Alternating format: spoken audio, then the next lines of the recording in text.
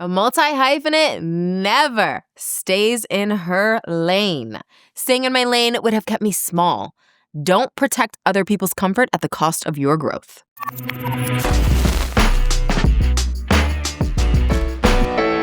Being a multi-hyphenate is not the same thing as being non-committal. Non-committal feels scattered. Non-committal chases novelty.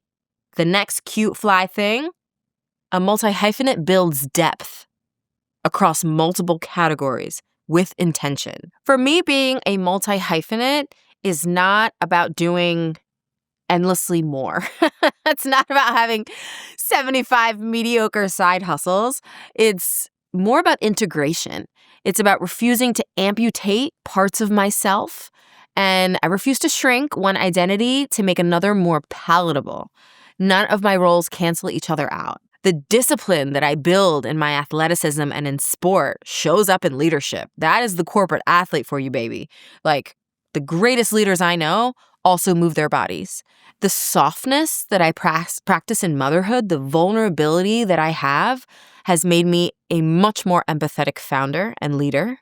And that is an asset. And it wasn't until I really integrated motherhood with my other ambitions that I understood that nuance.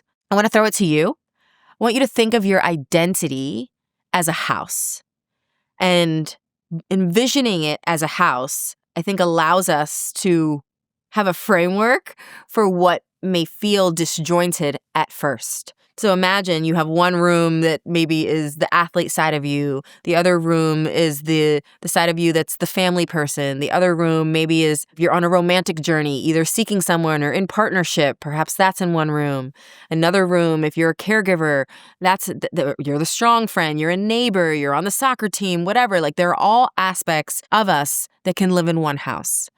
And it's incredibly important for us to know what those rooms are, know which ones we may need to dust off, understand which ones perhaps that we've locked. This is how I've applied this house visualization into my own life and how I've struggled and how I used it to get out of that sticky place.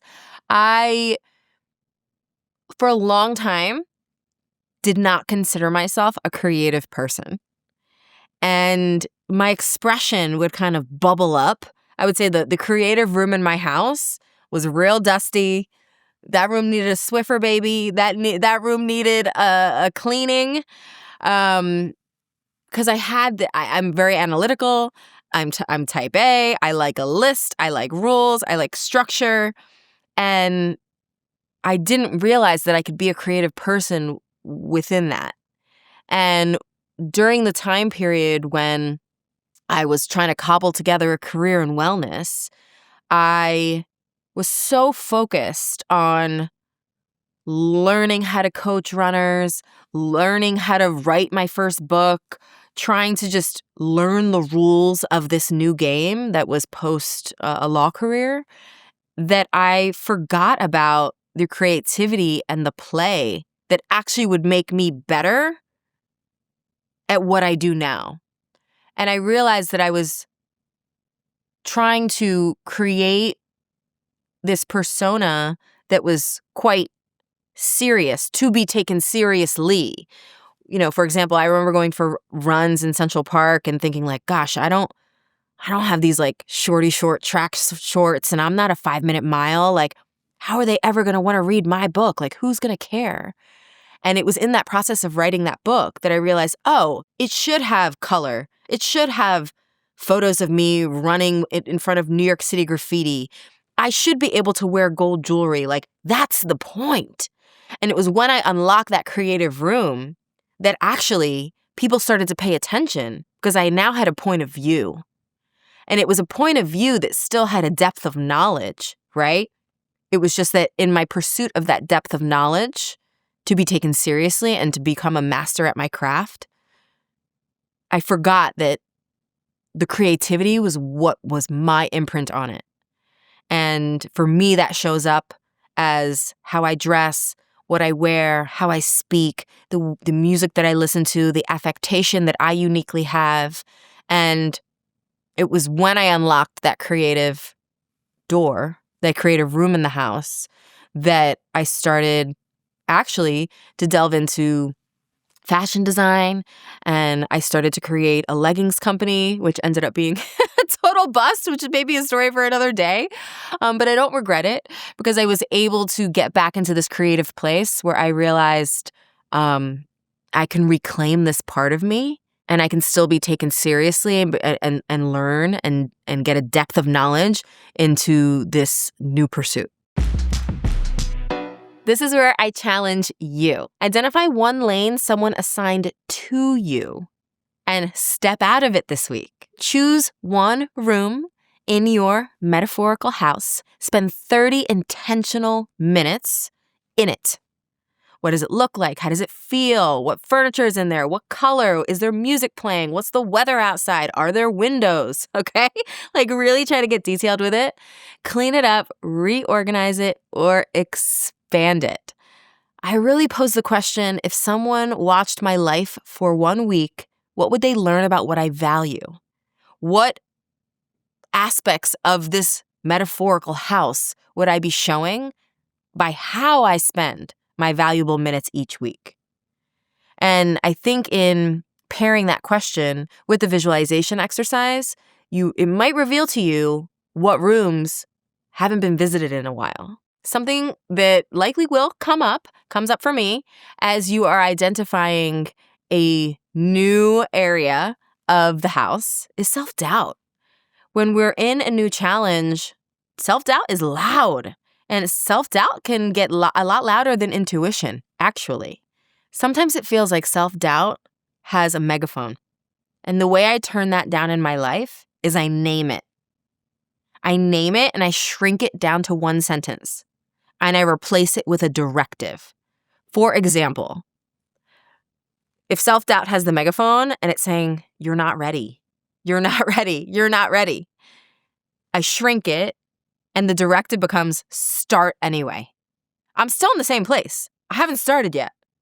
But it could feel like really filled with doubt, you're not ready, or that can translate into start anyway. You will not build a legacy by staying contained. You build it by expanding responsibly. Support for this show comes from Shopify.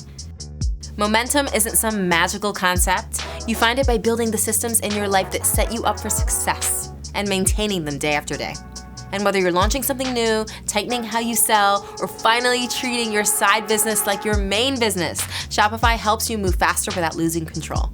I have used Shopify personally before, and it makes everything simple by having one login for everything. No more guessing your passwords, hoping you have them saved on the device that you're using. Everything is in one platform with one login, making your life that much simpler. Shopify knows that the next great idea, the next great business can come from anyone, anywhere, at any time. So if you've been dreaming about starting your own business, now is the time to take that dream and make it your reality. Ready to build your own empire? Head to shopify.com/swagger and get started today.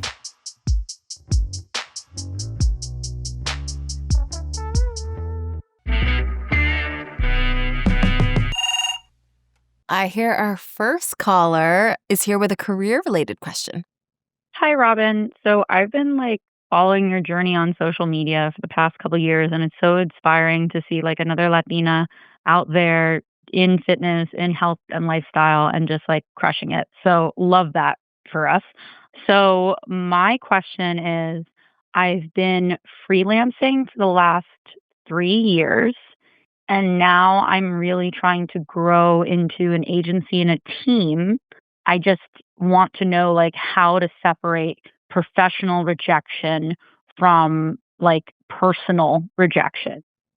Well, it is personal. I mean, I think that it is personal when we get rejected especially in a professional environment. And sometimes I think it hits harder because in a romantic relationship or in a friend relationship, it is exclusively personal. So of course it's understandable if your feelings get hurt. But somehow we've reached this age where it's impressed upon us to be stoic at all times. And I don't agree with that. So it's okay that it's personal and have your process for dealing with it. I'm always reminded I think that the scarification like of our bodies is fascinating. And the strongest tissue that your body can create on its own is scar tissue. Your scar tissue actually comes back stronger than the original skin, than the original tissue than before you had it. And I think if we strengthen ourselves and armor ourselves to go again and again, that is the life of an artist.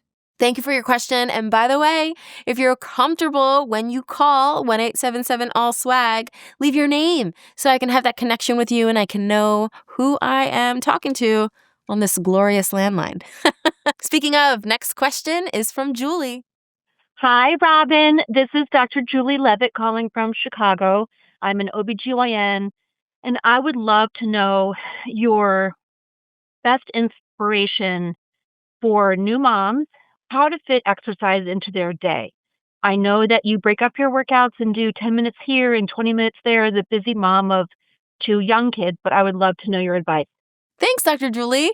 I mean, that it really starts there. I think on the outside looking in, I probably would have looked at that advice, especially before kids, and been like, that's it. You just layer on 10 minutes. Yeah, you do. And you do it as frequently as you can and as consistently as you can. And then one day, a window of longer than 10 minutes opens up and you take it. That was truly how I approached movement. I called them nap time, little nap time hustles. And I was so grateful for like 10-minute low impact classes on the Peloton bike and going out to walk with the carrier and doing body weight exercises. And, back when I was, and after I was cleared and I was really back into my movement practices, it was also asking people in the house, asking my husband, telling my husband, like, this is incredibly important to me. In fact, I didn't need to tell him. He knew. But I recognize that's not the setup in a lot of homes. And there are single parents out there and solo caregivers. And there's all kinds of ways that we are needing to be there for the people in our lives. So you can't always delegate. But if you can express the priority, sometimes that will go a long way in carving out an extra few minutes or routine. Even if it's not more time, consistent time is a huge, huge win. Giving ourselves grace and acknowledging that we can only do so much. Controlling the controllables is the number one thing. And I always tell new moms, especially when they take my classes at Peloton, you will feel at home in your body again. Keep showing up, even if that looks very, very different than it did 6 months or a year or 5 years ago. Thanks for what you do, Julie, and thanks for your question.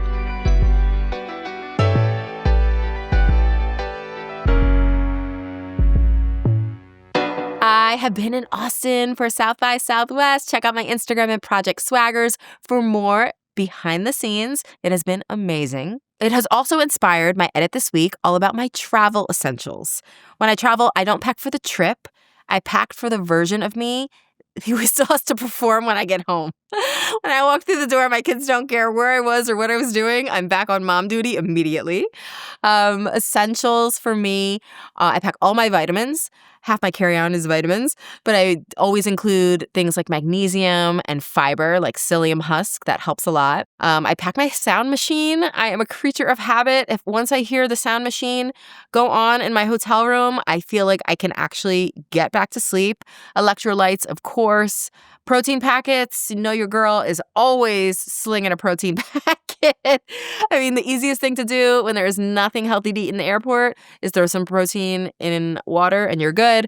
I also tend to pack oats overnight. Those are oats that have protein in them, 20 grams of protein. You can do it with hot water at a hotel room or just water on a plane, which is what I did over the weekend, and it's really helped. I write down specific and realistic movement goals. I will schedule them in, and even if I'm changing time zones, I will start my day when the sun rises with movement, getting sunlight in my eyes. I hope those tips are helpful for your next vacation. I'll see you next week.